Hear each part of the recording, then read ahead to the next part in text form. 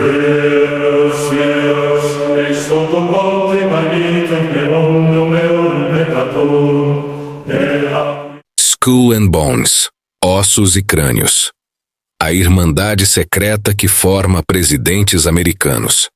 Você confiaria o futuro de uma nação a homens que fizeram um juramento secreto dentro de um prédio sem janelas? Desde 1832, 15 jovens por ano entram em uma sociedade onde o símbolo é um crânio humano e o silêncio é regra absoluta. Presidentes passaram por lá, senadores passaram por lá, diretores de inteligência passaram por lá. E tudo começa dentro de um lugar chamado o túmulo. Hoje você vai entender por que a Skull and Bones é considerada por muitos não apenas uma fraternidade universitária, mas uma engrenagem silenciosa do poder. Se você gosta de investigações que revelam o que quase ninguém questiona, já deixa seu like e se inscreve no News Web Doc. No coração da Universidade de Yale, em New Haven, existe um edifício que não se parece com nada ao redor. Não tem janelas, não exibe placas explicativas, não convida visitantes. É uma estrutura pesada, quase funerária, conhecida apenas como The Tomb, o túmulo. Oficialmente trata-se da sede da sociedade secreta mais famosa dos Estados Unidos, Skull and Bones. Extraoficialmente, é descrita por críticos como uma incubadora de poder, um laboratório de elites e um ponto de convergência onde juventude privilegiada e ambição se encontram sob juramentos que atravessam décadas. A história começa em 1832. Dois estudantes de Yale, William Huntington Russell e Alphonso Taft, fundaram a sociedade após disputas internas em outras fraternidades acadêmicas. Inspirados por modelos europeus de ordens fechadas, criaram algo diferente. Um círculo extremamente restrito, composto por apenas 15 membros selecionados anualmente entre os alunos do último ano. A exclusividade não era mero detalhe, era o princípio central. Desde o início, a Skull and Bones não buscava popularidade, buscava influência. O símbolo escolhido foi um crânio humano sobre ossos cruzados, acompanhado pelo número 322. O significado oficial nunca foi plenamente esclarecido. Alguns associam o número ao ano da morte do orador grego Demóstenes, 322 a.C. Outros sugerem códigos internos que jamais foram revelados ao público. A ausência de explicação alimenta o mistério, e o mistério é combustível para o poder simbólico. A cada primavera, os novos membros são tapped, ou seja, selecionados de maneira silenciosa. O processo ocorre quase como um ritual público disfarçado. Nomes são anunciados, mas critérios jamais são explicados. São escolhidos jovens que já demonstram potencial extraordinário em política, direito, economia ou liderança estudantil. O convite não é apenas uma honra acadêmica, é uma passagem para uma rede que acompanha o membro pelo resto da vida. Dentro do túmulo, segundo relatos de ex-integrantes e jornalistas investigativos, acontecem cerimônias de iniciação que combinam teatralidade, simbolismo e exposição psicológica. Fala-se de confissões íntimas, confrontos simbólicos com a morte e juramentos de lealdade absoluta ao grupo. A cultura interna valoriza o segredo acima de tudo. O silêncio não é apenas tradição, é pacto. Ao longo do século XIX, a sociedade consolidou sua presença em setores estratégicos da sociedade americana. Filhos de famílias influentes eram escolhidos, formavam-se, ocupavam posições de destaque e mantinham laços entre si. A Skull and Bones não precisava declarar ambições políticas. Seus membros as executavam individualmente, conectados por uma rede invisível. No século XX, essa presença tornou-se impossível de ignorar. O nome de George H. W. Bush aparece como membro ativo durante seus anos em Yale. Décadas depois, seu filho George W. Bush também surgiria como integrante da mesma sociedade. A coincidência se torna ainda mais inquietante quando se observa que o adversário de George W. Bush, nas eleições de 2004, John Kerry, também pertenceu a Skull and Bones, 2 candidatos à presidência dos Estados Unidos, ambos formados na mesma sociedade secreta. A pergunta que ecoou naquele momento foi inevitável. Até que ponto essa rede influencia decisões políticas de alto nível? Não há provas documentais de que a sociedade dite políticas públicas. Porém, a concentração de poder em um círculo tão restrito levanta suspeitas legítimas. Quando líderes formados sob o mesmo juramento ocupam posições estratégicas, a fronteira entre amizade e alinhamento estrutural torna-se nebulosa. O edifício do túmulo reforça essa aura. Construído com arquitetura inspirada em mausoléus, sem janelas externas, ele impede qualquer vislumbre do que acontece lá dentro. Fotografias internas são raras. O espaço abriga artefatos históricos, retratos de membros ilustres e, segundo relatos, objetos simbólicos que representam continuidade e tradição. Não há visitas guiadas. Não há transparência institucional. Apenas silêncio. Críticos argumentam que a Skull and Bones é apenas uma sociedade de networking elitista, semelhante a clubes privados que existem ao redor do mundo. Defensores dizem que o mistério é exagerado pela cultura popular. Contudo, a diferença crucial está na escala de influência. Não se trata apenas de empresários ou acadêmicos isolados. Trata-se de indivíduos que ocupam cargos de presidência, direção de agências de inteligência, tribunais federais e conselhos corporativos globais. A lógica é sutil. Um membro não precisa receber ordens diretas da sociedade para agir de forma alinhada a seus pares. A confiança construída em juventude cria vínculos que sobrevivem há décadas. Quando decisões estratégicas são tomadas, a tendência humana de confiar em conhecidos pesa mais do que discursos públicos. A Skull and Bones não precisa conspirar abertamente. Basta manter a rede ativa. Há relatos de que membros são incentivados a manter encontros periódicos ao longo da vida, fortalecendo conexões profissionais. Essas reuniões não são abertas ao público, e seus conteúdos raramente são divulgados. O que se sabe é que a lealdade interna é valorizada como virtude central. A palavra de um Bonesman para outro carrega peso simbólico. Durante períodos de crise global, a presença de membros da sociedade em posições estratégicas despertou teorias ainda mais sombrias. Alguns acreditam que decisões econômicas e militares podem ter sido influenciadas por laços formados dentro do túmulo. Outros veem nisso apenas coincidência estatística dentro de uma universidade que historicamente forma líderes. A ausência de documentação acessível impede conclusões definitivas. O que diferencia a Skull and Bones de outras fraternidades é a combinação entre segredo rígido e histórico comprovado de poder real. Não é necessário acreditar em rituais obscuros para reconhecer a relevância da rede. Basta observar a lista de ex-integrantes que ocuparam cargos decisivos ao longo de 2 séculos. A sociedade sobreviveu a guerras mundiais, à Guerra Fria, a escândalos políticos e a transformações culturais profundas. Permaneceu ativa, selecionando 15 novos membros todos os anos, mantendo intacta a tradição do silêncio. A continuidade é sua maior força. Enquanto governos mudam e crises surgem, o túmulo permanece.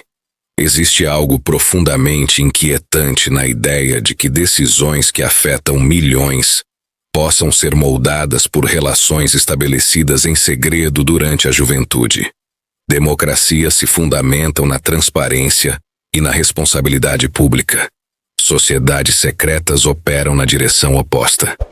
A coexistência dessas duas realidades cria tensão permanente. Talvez a Skull and Bones seja apenas um reflexo extremo de como o poder sempre funcionou. Concentrado, relacional e protegido. Talvez o mistério seja parte do espetáculo que sustenta sua relevância. Ou talvez, dentro daquelas paredes sem janelas, tradições e pactos continuem a moldar o curso da história de maneira silenciosa. Na próxima parte, vamos mergulhar mais fundo nos relatos de rituais, nas conexões financeiras, nas teorias que associam a sociedade a eventos globais e no impacto real que essa irmandade pode ter exercido nos bastidores do poder americano. Porque quando o símbolo é um crânio, o silêncio nunca é apenas silêncio. Se o exterior do túmulo é austero e impenetrável, o que se especula sobre o interior é ainda mais perturbador. Relatos atribuídos a ex-integrantes descrevem ambientes decorados com relíquias históricas, bandeiras antigas, retratos de membros influentes e objetos simbólicos que remetem à morte e à continuidade. O centro do imaginário público, porém, sempre foi o ritual de iniciação. Segundo investigações jornalísticas e depoimentos indiretos, os novos membros seriam submetidos a cerimônias noturnas, onde encenam confrontos simbólicos com a própria mortalidade, deitam-se em um caixão e compartilham segredos íntimos diante do grupo. A prática não teria caráter criminoso comprovado, mas sim psicológico. Quebrar barreiras pessoais, criar vulnerabilidade coletiva e, a partir dela, consolidar lealdade absoluta. O segredo compartilhado se transforma em vínculo inquebrável. O uso de um crânio humano real foi mencionado em livros investigativos ao longo das décadas. A sociedade jamais confirmou oficialmente tais detalhes. A ambiguidade é parte da estratégia. Quanto menos se sabe, mais se especula. E quanto mais se especula, mais o mito cresce. A cultura da Skull and Bones sempre foi construída sobre silêncio institucional e exposição pública indireta, como se o poder estivesse na sombra projetada, não na luz direta. Durante o século XX, a presença de membros em instituições estratégicas ampliou a percepção de que a rede ia além de uma fraternidade universitária. Além de presidentes, ex-bonesmen ocuparam cargos em agências de inteligência, grandes bancos de investimento e escritórios de advocacia influentes. A proximidade entre esses setores, política, finanças e segurança nacional, alimentou teorias de coordenação oculta. Não há provas documentais de uma agenda unificada, mas a repetição de nomes ligados à sociedade em posições-chave é um fato histórico verificável. A crítica mais recorrente não é sobre rituais excêntricos, mas sobre a concentração de poder em círculos fechados. Democracias pressupõem igualdade de oportunidade, mas redes exclusivas desafiam esse princípio ao facilitar o acesso de alguns a portas que permanecem invisíveis para a maioria. A Skull and Bones não declara interferência institucional. Seus membros atuam individualmente. Ainda assim, laços de confiança formados em juventude podem influenciar decisões décadas depois. A influência não precisa ser coordenada para ser significativa. Teorias mais extremas surgiram especialmente durante a Guerra Fria. Alguns autores sugeriram conexões entre membros da sociedade e estratégias de política externa dos Estados Unidos. Outros apontaram para suposta proximidade com estruturas financeiras internacionais. Muitas dessas alegações carecem de comprovação sólida, mas prosperam porque a sociedade nunca abriu completamente seus arquivos. Documentos internos permanecem restritos. A ausência de transparência perpétua a suspeita. O número 322 continua sendo um dos elementos mais enigmáticos. Gravado abaixo do símbolo do crânio, ele funciona como assinatura cifrada. Interpretado como referência histórica, código interno ou simples tradição, permanece sem explicação oficial detalhada. Em organizações abertas, símbolos são acompanhados de contexto público. Na Skull and Bones, o símbolo é suficiente por si só. Ele comunica pertencimento a quem entende e reforça mistério a quem observa de fora. Há também a dimensão cultural. Yale é uma das universidades mais prestigiadas dos Estados Unidos. A formação ali recebida já oferece acesso privilegiado a redes profissionais. Quando se adiciona a camada adicional de uma sociedade ultra-secreta, o efeito é exponencial. Jovens com potencial elevado passam a compartilhar não apenas diplomas, mas pactos simbólicos. Ao entrarem no mercado financeiro, no sistema judiciário ou na política, carregam consigo uma história comum que poucos conhecem. Em 2004, quando 2 membros da Skull and Bones disputaram a presidência americana, o debate público atingiu novo patamar. Questionados sobre a sociedade durante entrevistas, ambos minimizaram sua importância, tratando-a como tradição universitária sem implicações maiores. A resposta não satisfez críticos que viam na coincidência um indício de como elites educacionais podem concentrar poder político. Mesmo sem evidência de coordenação direta, a percepção pública foi marcada pela inquietação. O edifício do túmulo permanece como metáfora física dessa opacidade. Em uma era de redes sociais, transparência digital e exposição constante, a existência de um espaço fechado, onde decisões simbólicas são tomadas longe de câmeras, parece quase anacrônica. Talvez seja exatamente essa resistência à exposição que mantenha a sociedade relevante. O segredo cria identidade. A identidade fortalece o grupo. Não existem provas de que a Skull and Bones controle governos ou manipule eventos globais de forma direta. O que existe é algo mais sutil e possivelmente mais poderoso. Continuidade geracional de influência. A cada ano, 15 novos membros entram. A cada década, centenas de ex-integrantes ocupam posições estratégicas. A cada geração, laços são renovados. O ciclo não depende de conspirações dramáticas, depende de tradição persistente. O aspecto mais inquietante talvez não esteja nos rituais descritos ou nos símbolos adotados, mas na normalização da exclusividade como ferramenta de poder.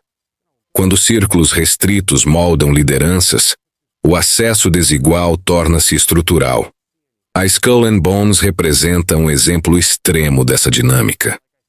Não porque existam provas de planos secretos globais, mas porque demonstra como redes fechadas podem atravessar séculos preservando relevância.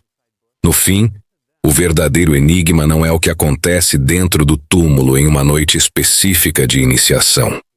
O enigma é como uma organização fundada em 1832 permanece influente quase 2 séculos depois, mantendo silêncio disciplinado e presença recorrente nos mais altos níveis de poder. Talvez a resposta esteja menos em rituais e mais em estratégia social. Selecionar, conectar, proteger, promover, repetir. A Skull and Bones continua ativa. O prédio continua sem janelas. O símbolo continua estampado com o número 322. E enquanto novos membros atravessam aquelas portas pesadas todos os anos, o debate persiste. Estamos diante de um clube tradicional envolto em teatralidade ou de uma engrenagem silenciosa que perpetua elites? A ausência de respostas definitivas garante que o mistério sobreviva, porque em estruturas de poder, o que é invisível muitas vezes pesa mais do que o que é declarado. E o silêncio, quando mantido por quase 200 anos, deixa de ser coincidência e passa a ser método. O prédio continua fechado. O número 322 continua gravado abaixo do crânio. 15 novos nomes continuam sendo escolhidos todos os anos. Talvez seja apenas tradição. Talvez seja apenas networking elitista. Ou talvez o verdadeiro poder nunca tenha sido exercido diante das câmeras, mas dentro de salas onde o silêncio vale mais do que qualquer discurso público. A Skull and Bones permanece. E enquanto ela permanecer, a dúvida também permanece. Se você quer continuar explorando sociedades secretas, bastidores do poder e mistérios que atravessam gerações, inscreva-se agora no News Web Doc e ative as notificações. Porque aqui, Nós não ignoramos perguntas incômodas.